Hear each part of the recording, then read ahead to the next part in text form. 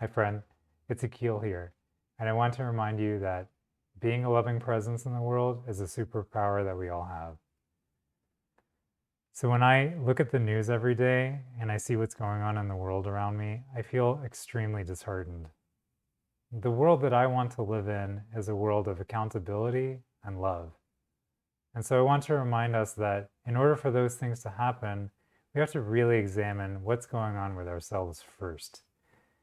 So every day when the next thing happens and I find myself feeling really charged about something and wanting to take a stance on something, or I see people around me reacting this way, I start to question what's going on with me. And I look at the places from which my own conditioning informs the way that I'm interpreting things. And I start to look and see, where's the presence of love? And how am I remembering the fundamental nature of our interconnectivity and our interbeing? And anger and emotion lead us to delusion, which this kind of confusion breaks up our capacity to experience discernment, which helps us to remember how it is that things are organized and how we fit into how everything is organized. And if we want to create a culture of accountability in the world, it means holding each other and ourselves responsible for our actions, our decisions, and our impacts. And when we point fingers and we try to assign blame and we try to make people feel ashamed of themselves, it does not encourage them to be accountable. In fact, when we start to associate actions in the world with whole groups of people, we lose the fabric of what makes us human. We forget that each person is experiencing life in a unique way, and that there are particular reasons why something will land for someone in a different way than it does for us. So in order for us to have a compassionate world, we have to address the places where we're holding our own trauma. There's this misunderstanding that adding trauma will somehow resolve trauma. And we all intuitively know that that doesn't work. And if we see violence in the world, violence does not solve violence. And yet we have a whole world industry that supports this kind of harm being produced and people profiting off of other people's suffering. And if we want to see the world any different than it is, we have to start with ourselves first.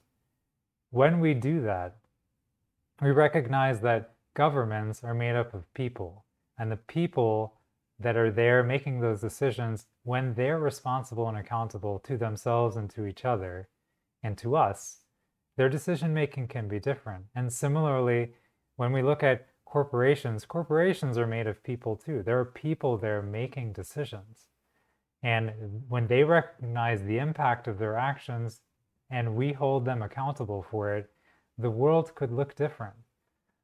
How does that start? How do we resolve these tensions and this capacity for us to look at ourselves? Well, we have all the tools, but we need to address the places where we're not allowing love, our capacity to connect to life and to cherish it, where we're not allowing that to flow through us. And when we look at the natural world around us, we see that life is always giving itself away.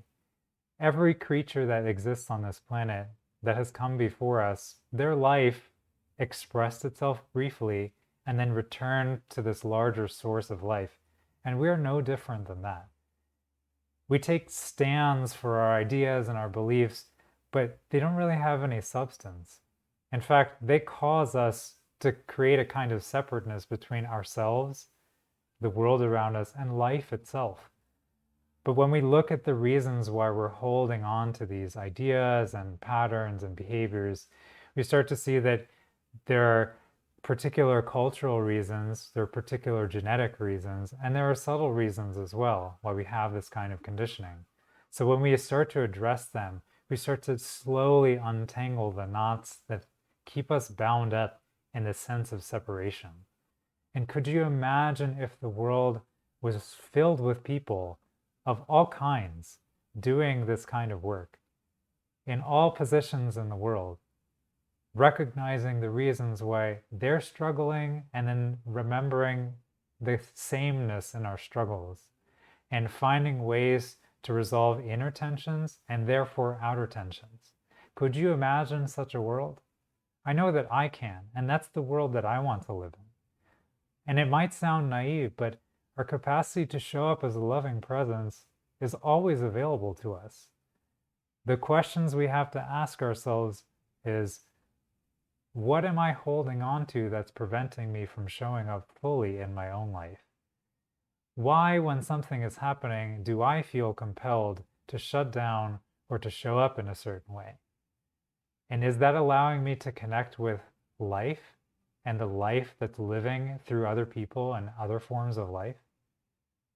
When we start to ask these questions, we have to slow down.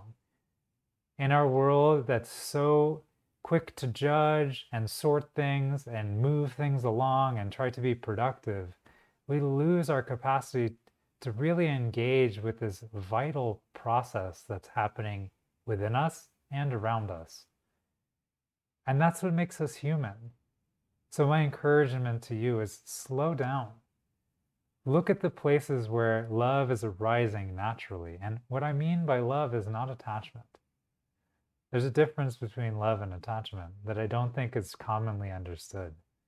And attachment is hoping for a kind of return or reciprocity for the energy that you're putting out. That's not love. Love just gives. Love doesn't have a particular kind of language. Love doesn't have a particular kind of expression. Love doesn't know borders or countries or labels or religions. It's just a force in the cosmos that operates freely through us. So when we look at ourselves and we see, where are the places where this is where I'm allowing this to come through me, or I'm not allowing this to come through me, it changes the way we're able to show up in the world. Could you imagine if we were all doing that all the time? What has to happen in order for us to do that? So my encouragement to you is, keep showing up and take a stand for love. Be a loving presence in the world and let your superpower show. Otherwise, there's no point for us all to be here.